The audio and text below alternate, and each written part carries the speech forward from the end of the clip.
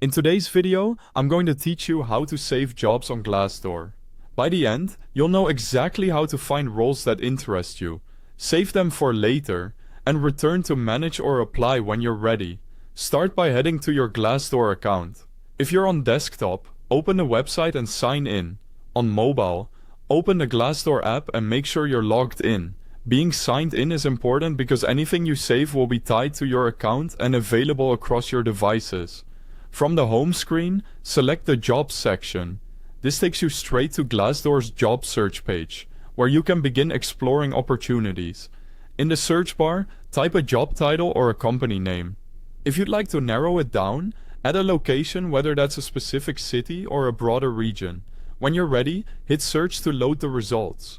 Now browse through the listings. Scroll at your own pace and skim the titles, companies, locations, and posted dates. When something catches your eye, you can click into the listing to read the full description, responsibilities, and requirements. Then go back to the results if you want to keep exploring. Take a moment to compare roles so you only save the ones that truly fit. When you find a role you want to keep, click the Save button on the listing. In the app, this may appear as a bookmark icon.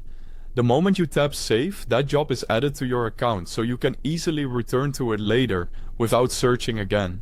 By the way, if you need quick access, I've placed a link to the Glassdoor website and the official mobile app download links right at the top of the description so you can get started immediately. To review everything you've saved, go to your profile icon in the top right corner and open Job Activity. This page collects all your saved jobs in one place.